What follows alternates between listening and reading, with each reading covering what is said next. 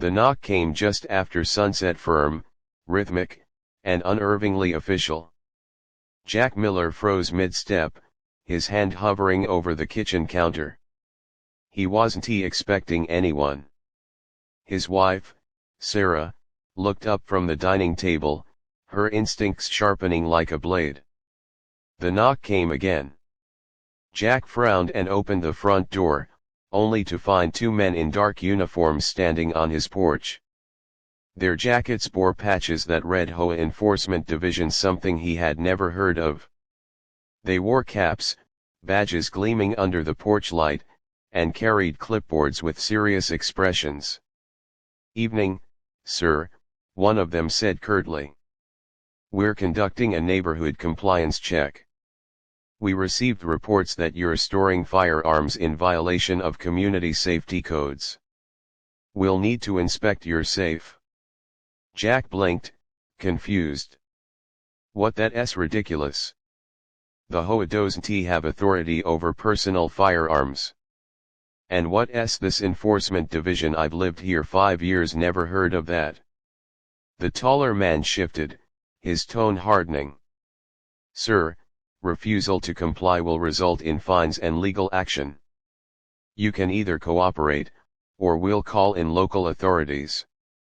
Sarah stepped closer, her eyes narrowing. Years of military service had taught her to read people fast. Their posture was off.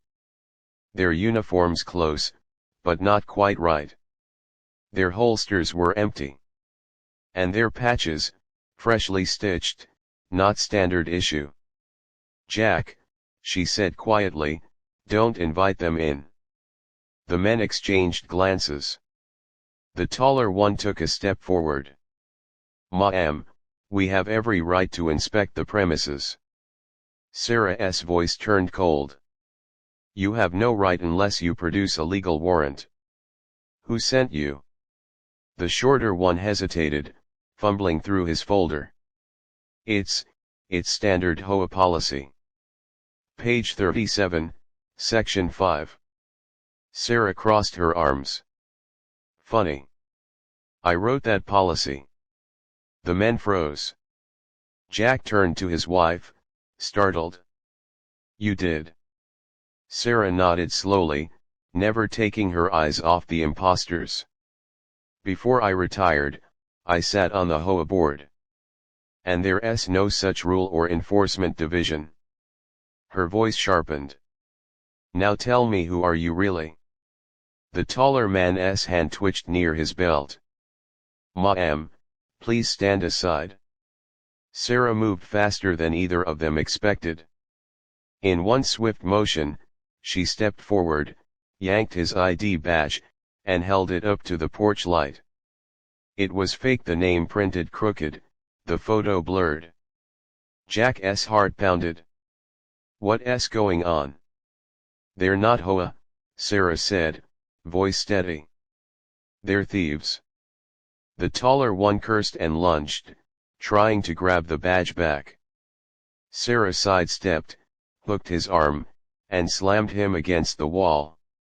The shorter one reached into his jacket, but Jack, though not military trained, reacted on instinct, shoving him back with all his strength. Within seconds, Sarah had the first man pinned and shouting. "Who sent you? Why my house?" The man gasped, We heard, you keep valuables in your safe." Sarah's grip tightened. "And you thought pretending to be HOA cops would get you in?" He nodded, trembling. Jack grabbed his phone, dialing 911. The dispatcher promised a patrol car immediately. Sarah kept both men restrained until flashing lights cut through the dark. The real officers quickly took over, cuffing the imposters and hauling them away. When the last car left, Jack turned to his wife, still stunned. "You handled that like you were back on duty." Sarah exhaled slowly, her hands shaking just slightly now that the danger had passed. "Once you've seen real threats, you learn not to hesitate. But this..." She looked at him, eyes softening, This felt personal.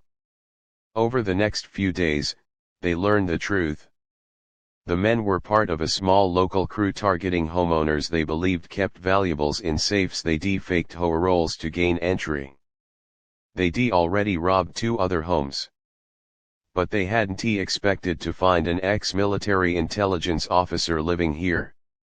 The HOA president personally visited, apologizing for the scare and promising tighter security. Neighbors gathered at Jack and Sarah's home, shaken by how easily imposters had nearly fooled them. That night, as they sat on the porch together, Jack looked at his wife with admiration. "You always said your training was behind you." Sarah smiled faintly. "Some things never leave you. You learn to stay calm, think clear, and protect what matters." Jack took her hand. "You protected more than the house tonight. You protected us." She squeezed his hand back. "That's what family does." In the days that followed, the story spread through the neighborhood. People grew more cautious, more alert. The HOA, inspired by Sarah's quick action, began a safety initiative led by her not as an enforcer, but as a teacher.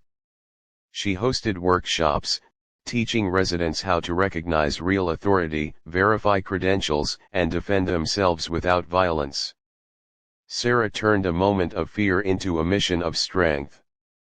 By the end, their neighborhood wasn't just safer, it was united. And Sarah, once quietly retired, became a silent hero to those around her. As Jack often said afterward, they thought they were knocking on the door of an easy target.